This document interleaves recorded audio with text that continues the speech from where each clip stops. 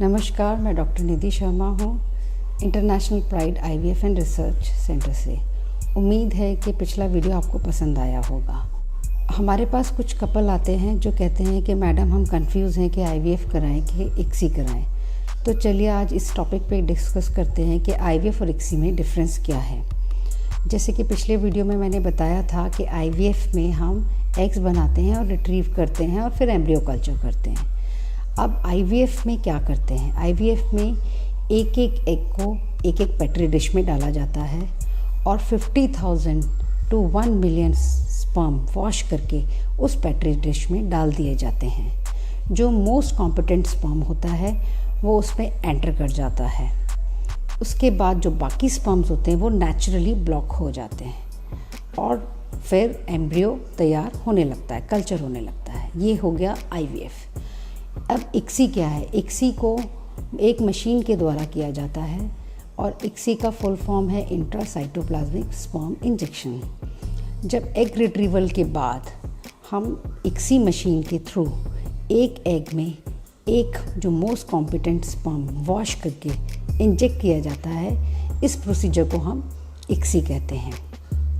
अब ये किन पेशेंट में रिक्वायर्ड होता है? हर एक पेशेंट में इक्सी की रिक्वायरमेंट नहीं होती।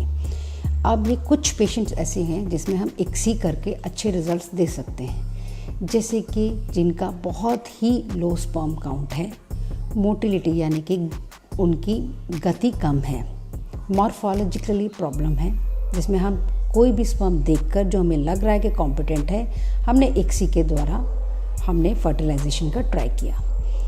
या फिर एजोस्पर्मिक है, उसमें हम टीसा के द्वारा कुछ स्पर्म्स रिट्रीव करने का ट्राई करते हैं और वो स्पर्म इक्सी के द्वारा हम आगे भ्रूण बनाने की कोशिश करते हैं। सेकंड जो पेशेंट्स होते हैं जिनकी प्रीवियस फर्टिलाइजेशन फेलियर हैं, कि फर्टिलाइजेशन ही नहीं हुआ, आईवीएफ में किया लेकिन फर्टिलाइजेशन ही नहीं हुआ। ये ऐसे कौन से केसेस होते हैं जिसमें कि एग की परत मोटी होती है, यानी कि जोना थिक होता है, तो उसमें स्पर्म अंदर एंटर नहीं कर पाता अपने आप, तो हम उसको इक्सी के द्वारा फर्टिलाइजेशन करते हैं। तो इसका मतलब है जिनकी प्रीवियस फर्टिलाइजेशन फेलियर है उसमें हम इक्सी के द्वारा फर्टिलाइज कर सकते हैं।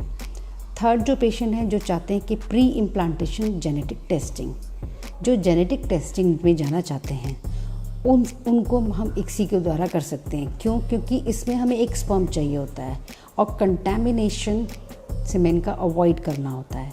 तो एक स्पर्म हम उसको इक्सी से के मशीन के द्वारा इंजेक्ट करते हैं एक एक oocyte में और हम आगे वो टेस्टिंग के लिए भेजते हैं। तो ये जनरली मेल फैक्टर इनफर्टिलिटी में ही इक्सी का यूज़ होता है।